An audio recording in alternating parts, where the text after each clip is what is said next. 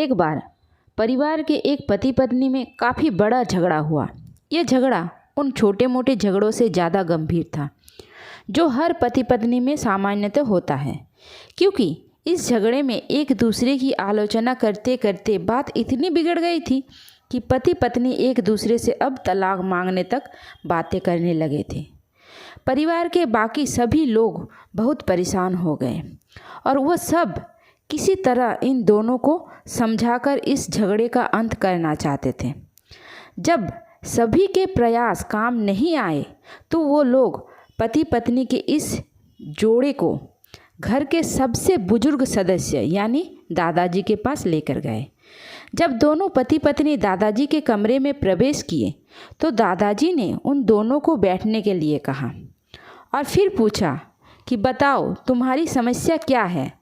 दोनों पति पत्नी एक साथ बोल पड़े और एक दूसरे पर बुराइयों की लाइन लगा दी।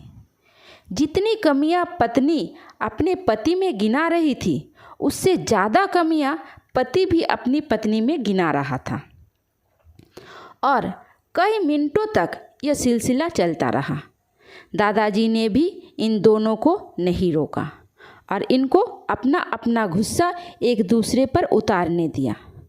आखिर में जब दोनों एक दूसरे की बुराइयां करके थक गए और शांत हो गए तब दादाजी ने उन दोनों से कहा, अब दोनों एक दूसरे की कुछ अच्छाइयाँ बताओ। जब अच्छाइयाँ बताने का समय आया तो दोनों ही पति पत्नी एकदम से चुप हो गए। एक दूसरे को देखते हुए शायद गुस्से में उन्हें कुछ याद नहीं आ रहा था या फिर गुस्से की वजह से ही वो एक दूसरे की अच्छाइयाँ बताना नहीं चाहते थे। दादाजी ने ये बात भी महसूस कर ली।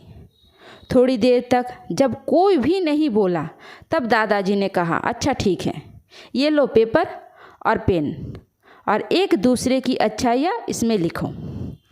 पति पत्नी ने ही पेपर और पेन लिया और एक दूसरे से काफ़ी दूर जाकर बैठ गए। थोड़ी देर तक ना पति ने कुछ लिखा और ना पत्नी ने। फिर पति ने पेपर में कुछ लिखना शुरू किया। उसे देखकर पत्नी ने भी अपने पेपर में लिखना शुरू कर दिया। ऐसा लग रहा था जैसे दोनों में एक दूसरे से कंपटीशन कर रहे हैं। काफ़ी समय तक दोनों ने पेपर में लिखा और जब पेपर लिखावट से भर गया तब दोनों ही अपना अपना पेपर लेकर दादाजी के पास उन्हें देने के लिए गए। दादाजी ने उन दोनों के ही पेपर लेने से मना कर दिया और कहा कि अपने अपने पेपर एक दूसरे को दे दो। अब एक दूसरे के पेपर पढ़ो। पति ने पत्नी को और पत्नी ने पति को अपना पेपर दे दिया। वे एक दूसरे के पेपर पढ़ने लगे। थोड़ी देर बाद पति और पत्नी दोनों के ही आंखों में आंसू थे। पेपर में अपने बारे में लिखी अच्छाइयाँ पढ़कर पत्नी तो फूट फूट कर रोने लगी। पत्नी को रोता देखकर पति उसे चुप कराने के लिए दौड़ पड़ा और माफ़ी मांगते हुए उससे मनाने लगा। पत्नी ने भी पति की माफ़ी मांगी और माहौल ऐसा हो गया जैसे कभी कोई झगड़ा हुआ ही नहीं था। दोस्तों, कमियां और खूबियां जगत के हर इंसान में होती हैं। अब हमारे ऊपर होता है कि हम कमियां देखकर अपने जीवन को नर्क बना ले या खूबियां देखकर अपने जीवन को स्वर्ग बना ले।